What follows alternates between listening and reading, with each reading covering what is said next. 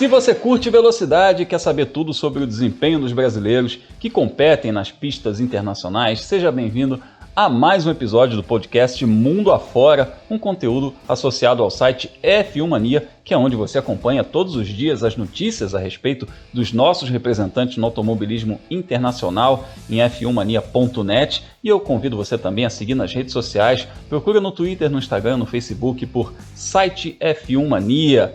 Também assina nosso feed de podcasts, tem muita coisa boa de segunda a sexta. A gente fala no fim desse episódio a respeito do cardápio de podcasts que você tem aqui no feed do F1 Mania.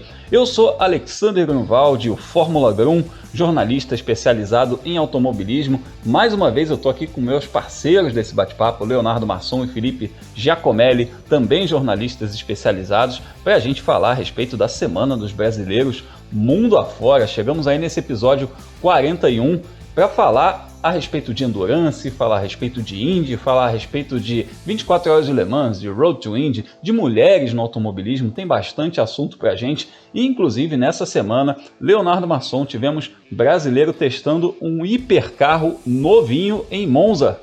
Pois é, Grum. Primeiramente, alô Grum, alô Felipe, alô você que nos acompanha. Pois é, Pipo Derani, né? Saiu dos Estados Unidos, foi lá para Itália, para Monza, testar o hipercarro da Glickenhaus. Acertei o nome, Grum? Acertou, é isso aí. Aliás, bela máquina, né? Para falar, falando em Monza, né? Falando que a gente já tá na Itália, mas que bela máquina. Que bela máquina, um bonito hipercarro lá da Glickenhaus, que vai ter na tripulação, né, em uma das tripulações, o Pipo Derani. A gente vai falar bastante dele hoje. Legal, e vai ter mensagem do Pipo Derani, inclusive, falando com o som do carro ao fundo para você ouvir o carro, que tem aquele barulho de carro de corrida, aquele barulho de protótipo dos anos 90, bem legal.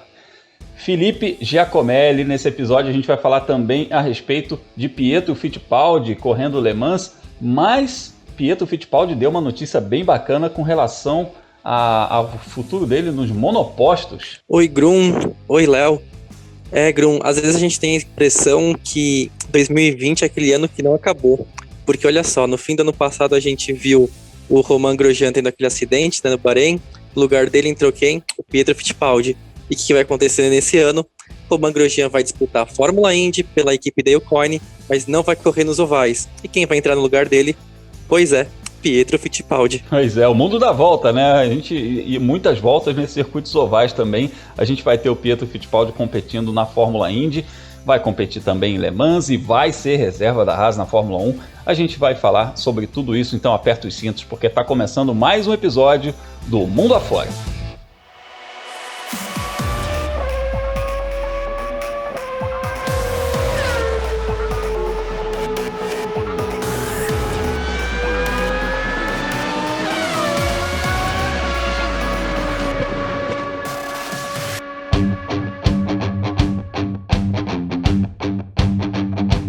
A nossa primeira parada é em Monza, na Itália, onde Pipo Derani está participando dos testes do novo hipercarro da Glickenhaus para Le Mans. A gente vai falar nesse primeiro bloco bastante a respeito de Le Mans, Mundial de Endurance, porque teve mudança no calendário, também tem o anúncio do Pietro Fittipaldi, mas a gente começa falando aqui do Pipo, dessa nova experiência, dessa volta do Pipo Derani para Le Mans, ele que já disputou essa corrida, né? Mas ele é um cara que tem um grande currículo no Endurance, já venceu as 24 horas de Daytona, as 12 horas de Sebring, enfim.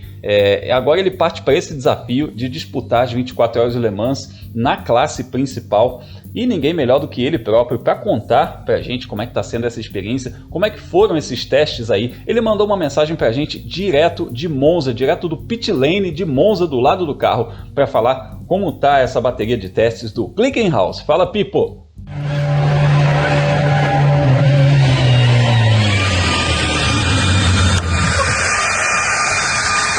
Fala, Grum. Bom, eu tô aqui em Monza, como vocês podem ver, o teste continua. É a segunda vez que o carro vai para a pista aqui em Monza. Então ainda bem no comecinho dos preparativos, do desenvolvimento do nosso Glickenhaus para Le Mans. Mas até agora, considerando o pouco de teste que a gente fez, o carro está se comportando bem. Óbvio, a gente ainda tem bastante para desenvolver, como todo carro novo. Esse, no caso, saiu do zero, né? não é uma evolução de nenhum outro carro, então requer atenção em muitos tópicos, muitos detalhezinhos que a gente vai descobrindo conforme a gente vai andando. Mas até agora tem sido muito positivo. Eu acho que o mais importante até agora é conseguir andar.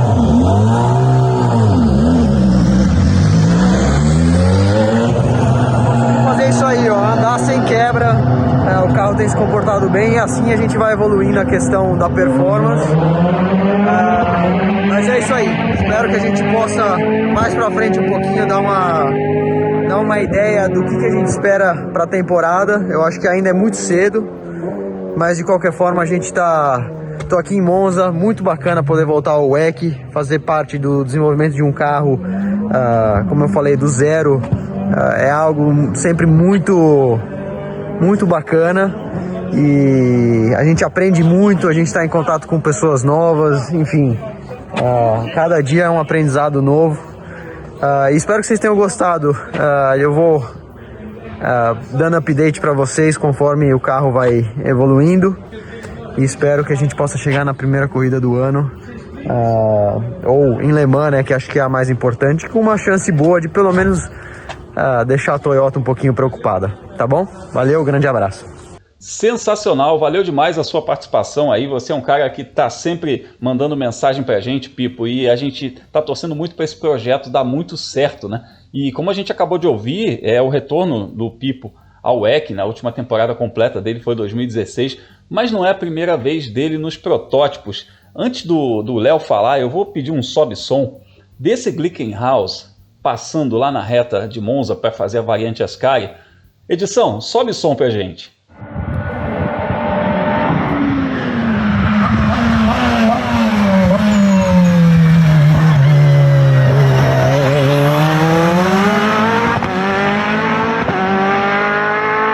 Maravilha, Leonardo Marçom, fala, você é um homem que conhece muito de automobilismo, já ouviu muito barulho de carro de corrida. Esse hipercarro é uma novidade para todo mundo, né?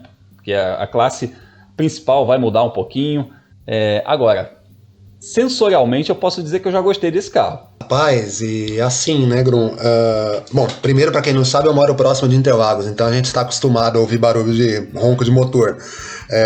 Mas com pandemia e tal, faz tempo que a gente não visita uma pista, é muito bacana, né, ouvir esse barulho de carro e um ronco bonito que esse hipercarro da Glickenhaus tem. E mais legal que isso ainda é saber que o Pipo vai disputar, né, a temporada do Mundial de Endurance. É uma volta, como você disse, ele já correu no Mundial em 2016, né, fez a temporada completa, mas no GTs, correndo com um Ford GT da Chip Ganassi na época. Hoje a Ganassi não tem mais operação no Mundial de Endurance, né, voltou a atuar nos protótipos lá na IMSA, que é onde o Pipo tem uma experiência gigante com os protótipos, né? A gente sempre comenta do Pipo aqui, parceiro do Felipe Nasser lá na IMSA, correndo pela Action Express. O Pipo correu com protótipos da Nissan na época da equipe Tequila Patron, lá na IMSA. Essa empresa não apoia mais equipes lá no campeonato americano, mas já há algum tempo ele defende a Action Express correndo com o Cadillac. Então vai ser bacana ver o Pipo correndo no Mundial, num carro que, apesar de completamente diferente em velocidade, não deve diferir tanto em relação aos DPIs que ele pilota lá nos Estados Unidos. Vai ser bastante interessante acompanhar o Pipo lá, correndo no Mundial, basicamente na Europa, mas com uma ou outra prova na Ásia também. Grum, eu estou bem curioso para saber o que o Pipo pode fazer nessa temporada do WEC que está para começar. E curioso também, Léo, foi um tweet da Glickenhaus, porque estão rolando esses testes, esses hipercarros e tal, e a Glickenhaus aproveitou para dar uma alfinetada aí nos seus principais concorrentes, né? E eles fizeram um tweet muito engraçado, dando uma alfinetada aí na Ford, nesses grandes concorrentes deles, né? E que eles falaram basicamente assim: se você quer comprar um Ford GT, um Project One da Mercedes-Benz ou uma versão de rua do hipercarro da Toyota, você precisa responder um enorme questionário. Com a gente não, a gente só pergunta uma coisa básica: depois que você fizer aquele chequinho de 5 milhões de euros, você ainda será capaz de alimentar os seus entes queridos? Eu confesso que dei risada desse tweet.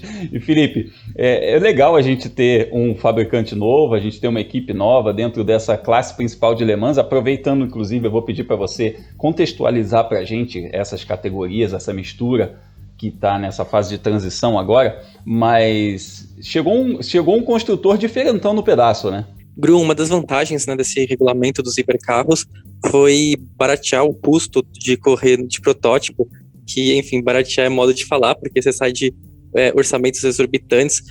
Na época de Audi e de Porsche, falavam que os orçamentos eram equivalentes de equipe de Fórmula 1 para um orçamento muito alto, mas não assim, tipo, desproporcional. E aí teve a chegada da Glickenhaus, a gente espera que a Bike Holders volta para o campeonato, mas depois as novas chegadas serão de grandes equipes, né? A Peugeot, a Ferrari, a Audi e a Porsche devem voltar de alguma maneira. O Protótipos virou uma grande bagunça no mundo das corridas de longa duração, mas é porque queriam um regulamento único, ninguém conseguiu se concordar qual que é o regulamento que deveriam seguir, e aí falou, quer saber, tipo, cada um faz o carro que quiser, a gente equaliza todo mundo e vai correr. E aí surgiram três modelos diferentes, né? Os hipercarros, que são esses que estreiam nesse ano no Mundial de Endurance, né? Que um deles, inclusive, que é o que a gente está falando agora, construído pela Glickenhaus. Os LMDHs, que vão ser os carros principais da INSA, né? Que eles vão substituir os atuais DPI, que vão poder correr em Le Mans também. E também tem os carros que disputavam até ano passado, né? Os LMP1, que infelizmente depois ficaram conhecidos como o grande fracasso dos protótipos, né? As fábricas saíram as fábricas, quando diz as grandes montadoras, né? Saíram do WEC, sobrou só a Toyota e aí teve que mudar o regulamento, mas quem tem carro LM1 construído pode correr. O único exemplo é o da Alpine, né? Que é onde o André Negrão corre, mas se alguma outra escuderia comprasse um carro, por exemplo, tem os da Gneta que foram feitos, tem aqueles carros antigos da BR, que não tem nada a ver com a Petrobras, nada disso, era dos russos, né, que eles construíram também.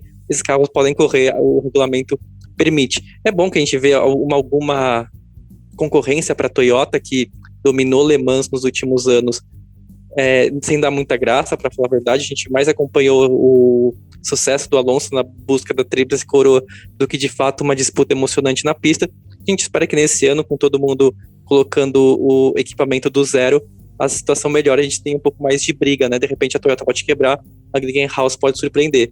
E só fazer um último parêntese, a Glickenhaus, eles costumam disputar as 24 horas de Nürburgring, né? E uma situação bem parecida com essa, eles constroem um carro eles mesmos, com os esforços dessa montadora, né? Que é super de luxo, com pouquíssimo... tipo, não tem escala global, e já largaram na pole por lá uma vez e surpreendeu todo mundo, acho que faz uns 3 ou 4 anos. Já pensou se acontece uma dessas esse ano em Le Mans? Olha, nesse sentido que você falou, aliás, essa definição perfeita que você deu, uma grande bagunça, que é esse regulamento de transição que a gente está vivendo, que já vai ter muita montadora, a Ferrari já anunciou também que está vindo para essa classe principal em 2023, vai ficar bem legal, vai ser bem bacana, mas no momento está uma transição, está meio bagunça de fato, e numa situação dessa de bagunça, é tipo corrida na chuva, né? Aquele negócio, pode dar qualquer coisa, né? Então seria um cenário bem interessante para a gente ver os brasileiros. Você mencionou o André Negrão, que vai estar também nesse esquema da Alpine, que ainda não definiu a sua tripulação, mas o André Negrão está nesse projeto.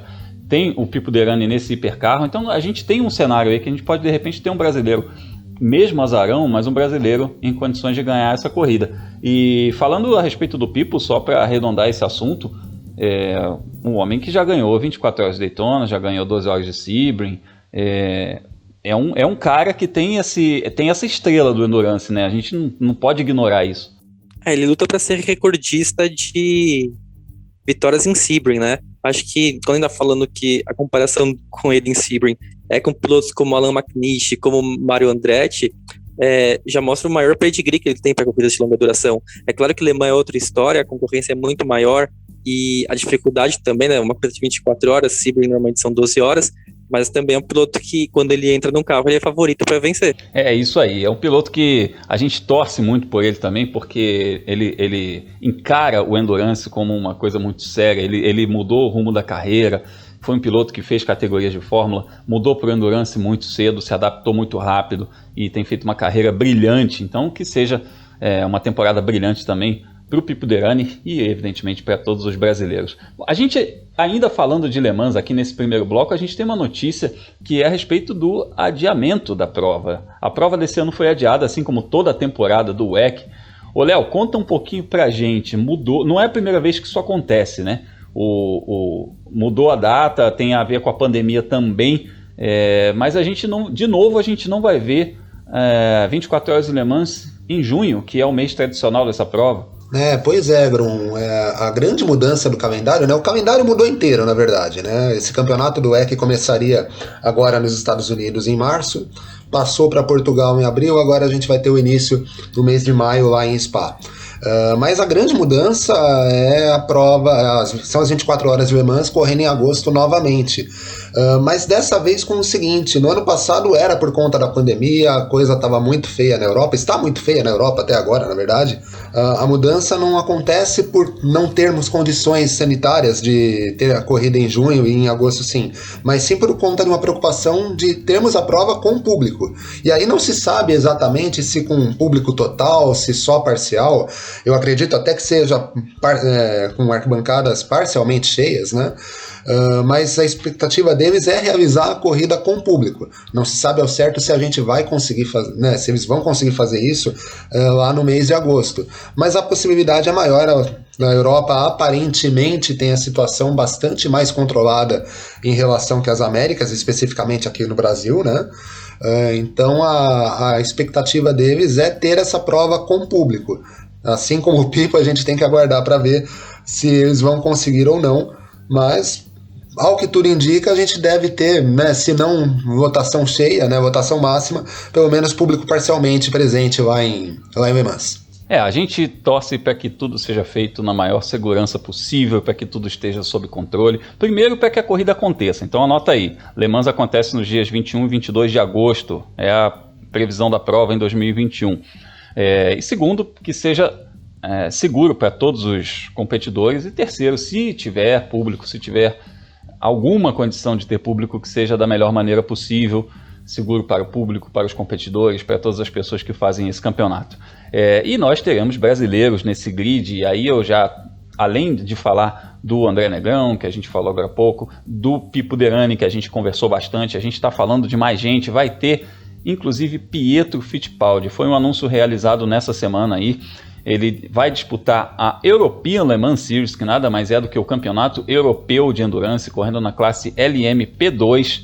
E essa equipe já tem vaga garantida para Le Mans. Então, quer dizer, depois de estrear na Fórmula 1, passar por outras categorias como Indy, DTM, o Pietro finalmente chega no Endurance. A gente lembra que em 2018 ele não chegou a correr de fato no WEC por causa daquele acidente na classificação das 6 horas de Spa, que foi um acidente que mudou muito o rumo da carreira dele também. Ele precisou fazer um monte de coisa a partir disso, acabou não correndo 500 milhas de Indianápolis. Felipe, é mais uma categoria aí para o currículo do Pietro, né? Vai ser mais uma grande prova para o currículo dele. É um piloto que está se especializando também em correr de tudo. Grum, você falou de 2018 e lembra bastante, né, aquele ano. 2018 o Pietro tinha fechado para correr na Indy pela Dale Coyne. Algo me diz que a gente vai falar disso daqui a pouquinho, não sei porquê. Mas aí ele tinha também uma temporada completa na Super Fórmula do Japão e descolou umas provas no WEC pela Dragon Speed, se não me engano, e aí sofreu esse acidente que você falou.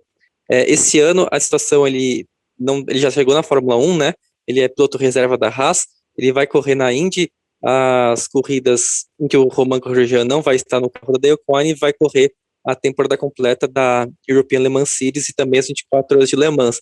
A diferença entre os 2 anos é que agora ele já chegou lá, né? Ele tem a superlicença, ele já estreou na Fórmula 1. É claro que é super improvável que ele tenha uma segunda chance na principal categoria do automobilismo mundial nessa temporada, a menos que aconteça alguma coisa com os pilotos da Haas. A gente sabe que é raro, é improvável, mas aconteceu no ano passado e ele correu. Mas tem aquela vantagem de agora, ele já é um piloto profissional, ele é um piloto que já correu de Fórmula 1, ele é um piloto experiente, e o rumo que ele escolher para a carreira dele, que seja se especializar em tudo, tá tudo bem, sabe? A gente não vai acusar ele de falta de foco, porque ele já chegou na Fórmula 1 e chegou, digamos assim, cumpriu o objetivo dele. É isso aí, ele não só conseguiu a superlicença, que era um dos grandes objetivos, como competiu na Fórmula 1, disputou 2 corridas. Então, pensando de um ano para cá, que é exatamente nesse período, no comecinho do ano, que ele estava disputando ali a Fórmula 3 asiática para conseguir os pontos restantes para a superlicença, os pouquíssimos pontos que restavam para ele. Nesses 12 meses, olha o que aconteceu com o Pietro Fittipaldi. Ele conseguiu a superlicença, ele disputou 2 corridas de Fórmula 1 e ele agora está definindo o futuro dele para fazer outras categorias também. E é sobre isso que a gente vai falar, mas para isso a gente vai dar uma viajada com o Pietro Fittipaldi. Vamos sair da Europa e vamos lá para a América do Norte.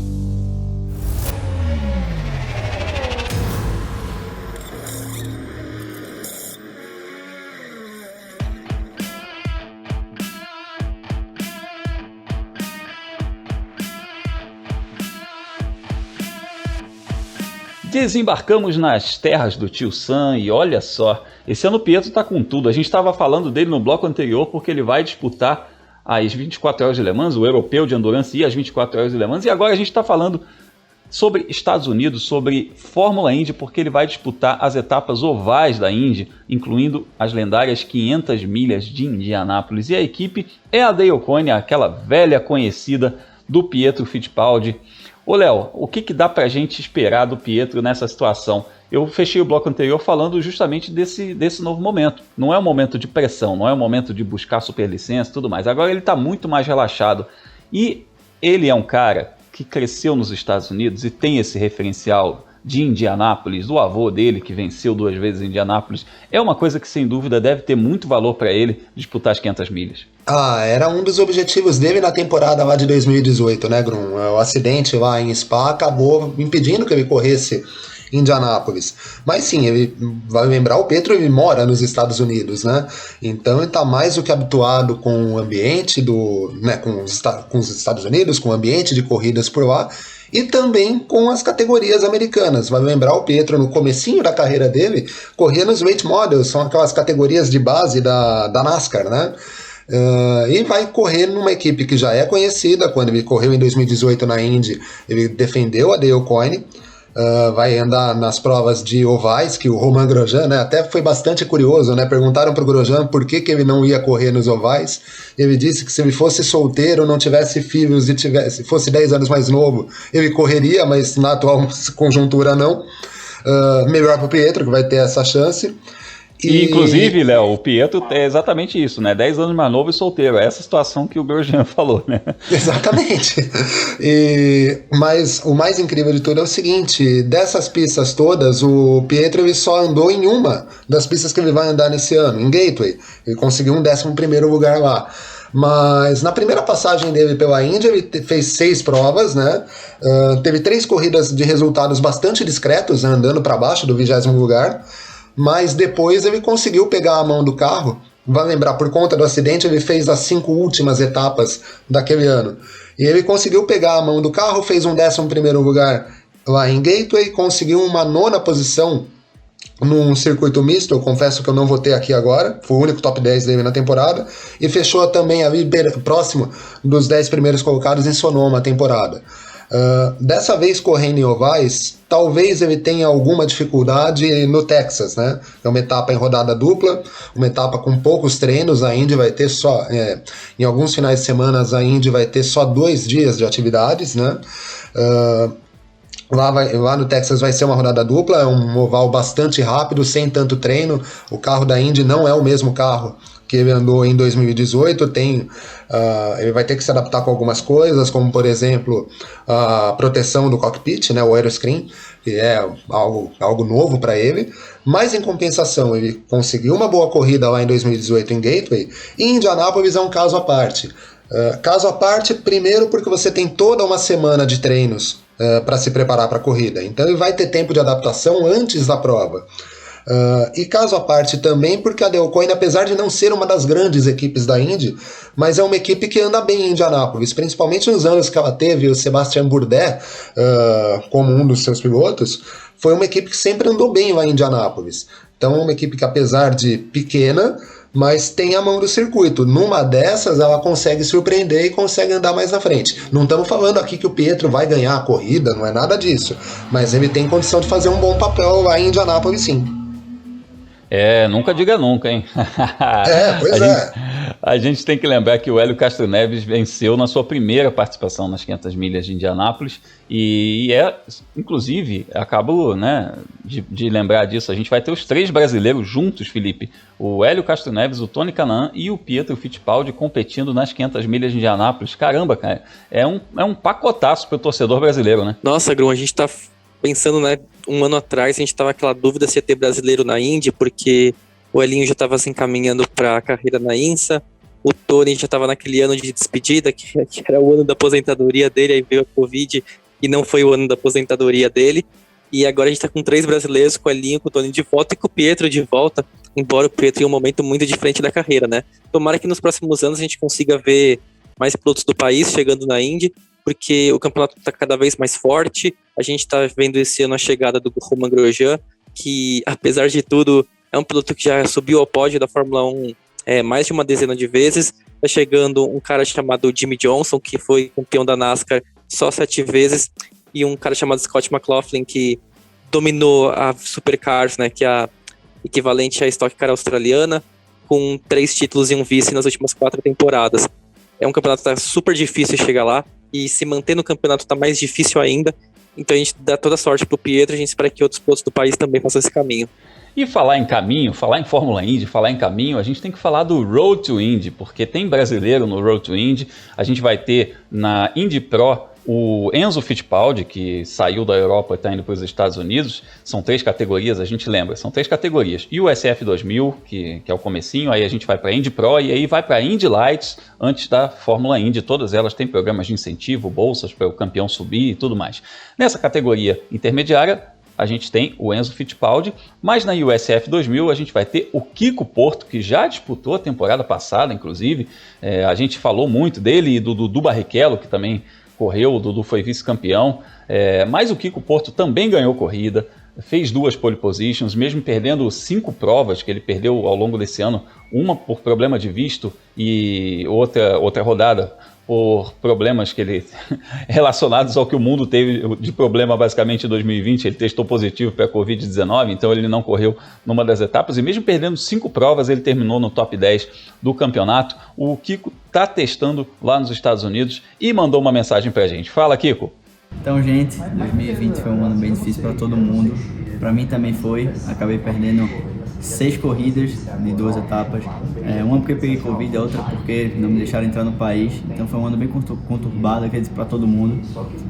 Mas 2021 tá aí, o Covid também tá. Então a gente tem que dar um jeito de trabalhar os dois juntos aí.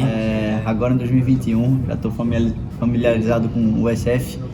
Um carro que eu corri o ano passado, 2020, então eu estou na mesma situação de 2019, quando já tinha uma experiência no F4. Isso é algo que ajuda bastante, por mais que pouca gente imagine. Só de você saber o que fazer em determinadas situações já é uma vantagem imensa. Então esse é o ano para a gente conseguir mais resultados, melhores resultados, conseguir vitórias, pódios e, se Deus quiser, um campeonato. E vamos para cima, 2021 promete. Valeu, Kiko, sucesso aí nessa temporada de 2021, a gente está muito na torcida por você, para fazer esse caminho, esse trilho rumo à Fórmula Indy pela equipe The Force. A gente lembra que a primeira etapa da USF 2000 acontece junto com a abertura da Fórmula Indy entre os dias 15 e 18 de abril, lá em Barber, no Alabama, e ao longo do ano a gente vai falando a respeito da Fórmula Indy, vai acompanhando o Kiko, vai acompanhando o Enzo Fittipaldi, os brasileiros que estão nos Estados Unidos rumo à Fórmula Indy. Então é hora da nossa volta final.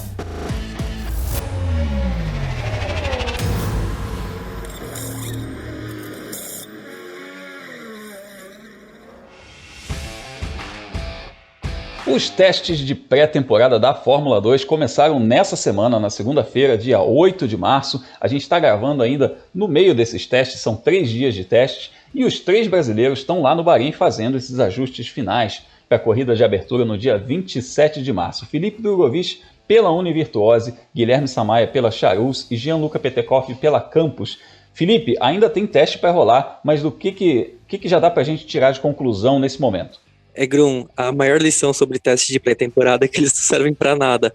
Tô brincando. Mas aqui ano passado, o Jean Daruvala, que é aquele piloto apoiado pela Red Bull, que anda pela Carlin, ele dominou a pré-temporada inteira, que assim, chegou na véspera da abertura do campeonato, ou Pintou enfim, o campeão, da estreia né? do campeonato. Oi? Pintou o campeão, né? A gente falava. Era isso aí, tipo assim, a imprensa internacional apontava assim, o Daruvala contra o Guanyu Zhou, que é seu campeonato. No fim, a gente sabe que não deu nenhum dos dois, Daruvala andou lá atrás, ele tomou um pau muito feio do Yuki Tsunoda, que foi o companheiro de equipe dele. Tanto que o Tsunoda tá na Fórmula 1 hoje e muita gente nem sabe quem é o Daruvala. Com todo respeito ao Daruvala, que é um bom piloto, mas não era para tudo isso que se falava dele na pré-temporada. É porque, assim, as equipes estão preocupadas com coisas diferentes nesse momento. O pneu da Fórmula 2 mudou, né, da temporada 2019 para 2020, então tá ainda mais difícil entender como que ele funciona e fazer ele funcionar durante a corrida de fato. Muitas vezes algumas equipes estão focando em tomadas de tempo, né, em fazer uma volta rápida, enquanto outras estão falando de simulação de corrida. Se a gente pega a classificação de qualquer sessão de treino que está acontecendo no Bahrein, às vezes a diferença do primeiro colocado para o 10º é de 2 segundos e meio, justamente por essa diferença do que eles estão testando, e são resultados que não são significativos depois quando é para valer. Então, assim, é claro que a Carlin vai vir forte, mas talvez não seja a equipe mais forte. E é claro que a Prema andando lá atrás não significa que a Prema vai andar lá atrás durante toda a temporada. Mas, dito isso, os brasileiros estão andando muito bem, né? O Felipe Drogovic é constantemente entrando entre os 6 primeiros colocados, e a gente está gravando na terça-feira, né? Então foram 4 das 6 sessões de pistas já realizadas, e hoje teve os 3 brasileiros andando entre os 10 primeiros colocados, o que, como eu falei, não significa nada, mas é claro, é melhor começar o ano com o pé direito andando na frente do que você tendo que correr atrás do prejuízo depois. É isso aí. Chegando mais próximo do começo da temporada, nos próximos episódios aí, a gente vai falar mais a respeito dos brasileiros na Fórmula 2, avaliar a situação de cada um, para você ter uma noção melhor, você que está nos ouvindo, ter uma noção melhor do que esperar de cada um. Mas se você ficou curioso para saber aí a respeito dos testes, né, os resultados deles, tem lá na agenda da velocidade todos os testes. Ah, tem sim, Grum. A regra é clara, como diz um comentarista de futebol, se tiver carro na pista, na quinta-feira é só entrar no World of Motorsport que está lá a Agenda da Velocidade. A Agenda da Velocidade é um post que eu faço no meu site, que tem todos os horários, os resultados e onde assistir as principais categorias do esporte a motor no mundo. E aí, assim, tá lá o horário, a categoria e onde ver. Você entra, você acordou, por exemplo, 9 horas da manhã e pensa, putz, queria ver uma corrida agora. Aí tá lá qual que vai ser a próxima prova e você pronto, assiste. E se você perder algum resultado, só voltar no meu site e coloco um link para o PDF ou para a página de resultados que mostra aqui em qual colocação cada piloto terminou. Assim você fica por dentro de tudo que acontece no automobilismo mundial, e quando for ouvir o podcast Mundo Afora na quarta-feira, você já sabe de quais resultados a gente vai estar comentando. E quem quiser me seguir nas redes sociais, só procurar por Felipe Giacomelli, tanto no Twitter quanto no Instagram. Maravilha! E a gente lembra que semana do Dia Internacional da Mulher, né? A gente lembra que vai ter nesse ano novamente a W Series, que não foi disputada em 2020, teve a sua primeira temporada em 2019, não foi disputada a temporada 2020, mas retorna em 2021 e a gente vai ter Bruna Tomazelli nos representando nesse grid, muito bacana, e ela mandou uma mensagem para a gente falando a respeito das mulheres no automobilismo, do crescimento do número de mulheres no automobilismo. Fala, Bruna! Fala, galera! Aqui é a Bruna Tomazelli, sou piloto da W Series. Eu acho muito bacana que cada vez mais vem aumentando o número de mulheres no automobilismo. Eu percebo que tanto no kart como nas equipes, em carros, fórmula, tá tendo cada vez mais o número feminino dentro dos autódromos, dentro das pistas, seja pilotos ou mulheres que participam da equipe, que são chefes de equipe, engenheiras, e eu vejo que esse número vem crescendo cada vez mais. Nós estamos tendo mais iniciativas, tanto como piloto como para fazer parte da equipe, né? Nós estamos tendo resultados bem significativos de mulheres brasileiras e todas as mulheres ao redor do mundo, de outros países também que vêm fazendo história. E eu acho isso muito bacana e mostra cada vez mais a nossa força e que isso tende cada vez mais a crescer. Legal demais, a gente vai torcer muito por você nessa temporada aí da W Series, tomara que tudo encaixe, que você possa fazer um ótimo campeonato. E é legal também, né, Léo? A gente vê cada vez mais mulheres no automobilismo, não só pilotando, mas também em diversas outras áreas. Pois é, Grum. Primeiramente, a gente tem que lembrar o seguinte, né? A gente fala tanto do Road to Formula 1, né? Caminho da Fórmula 1. A Bruna tá no caminho da Fórmula 1. A W Series vai ser uma das categorias de apoio dos grandes prêmios esse ano, né? Então não é só a Fórmula 2 e a Fórmula 3. A Bruna com a W Series também vai estar lá. E é bacana a gente conseguir ver cada vez mais mulheres correndo, seja no automobilismo internacional, como a Bruna já fez por tantos anos nos Estados Unidos, na USF 2000, quanto agora na W Series, mas também nacionalmente, em outras funções. Quem costuma trabalhar em eventos de automobilismo aqui no Brasil está acostumado a ver engenheiras nos boxes, mecânicas, assessoras de imprensa, enfim, uma infinidade de mulheres trabalhando nas mais variadas funções que o ambiente do automobilismo, né, do esporte a motor, tem. Então, bacana que elas sejam cada vez mais, e a gente, pensando aí na Bruna, vamos torcer para que ela consiga mostrar bons resultados. Ela teve bons desempenhos quando correu nos Estados Unidos, né, na USF 2000. No ano passado ela acabou ficando sem a W Series porque o campeonato não aconteceu por conta da pandemia, mas correu aqui no Brasil, na Endurance Brasil, chegou a vencer uma das provas. Então é uma pilota bastante talentosa. A gente deseja a melhor sorte para ela durante o ano. E a gente vai falar muito desse campeonato, falar também de todos esses campeonatos que a gente abordou nesse episódio nas redes sociais, né, Léo? Então como é que a gente te encontra por lá? Nas redes sociais, quem quiser me encontrar, só digitar Leonardo Marçom, seja no Facebook, no Twitter, no Instagram. Lá a gente coloca um pouco daquilo que a gente produz para o F1 Mania, lá para o Fórmula Grum, também para a revista Racing, além de comentar sobre outras coisas. Então, quem quiser me acompanhar, Facebook, Twitter ou Instagram, Leonardo Marçom, a gente tá por lá. Você mencionou o Fórmula Grum, então já aproveita e já faça o comercial, né? Para você se inscrever, para você assinar, é importante, para você assinar, se inscrever no canal Fórmula Grum, para ficar por dentro dos bastidores do automobilismo. Se você ouviu, por exemplo, a gente falando a respeito do carro, do novo hipercarro do Pipo Derani, tem imagens lá no nosso Giro Mundo Afora.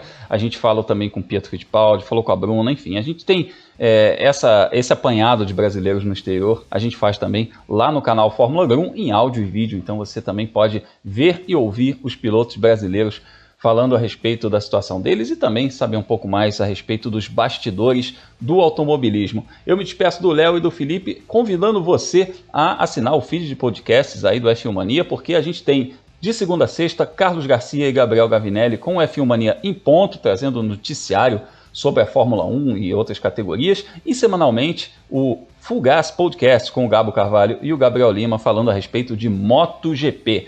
Então é isso, meus amigos, muito obrigado por mais uma semana, por esse bate-papo sempre muito legal. E na semana que vem a gente volta com mais um Mundo Afora. Até a próxima, valeu!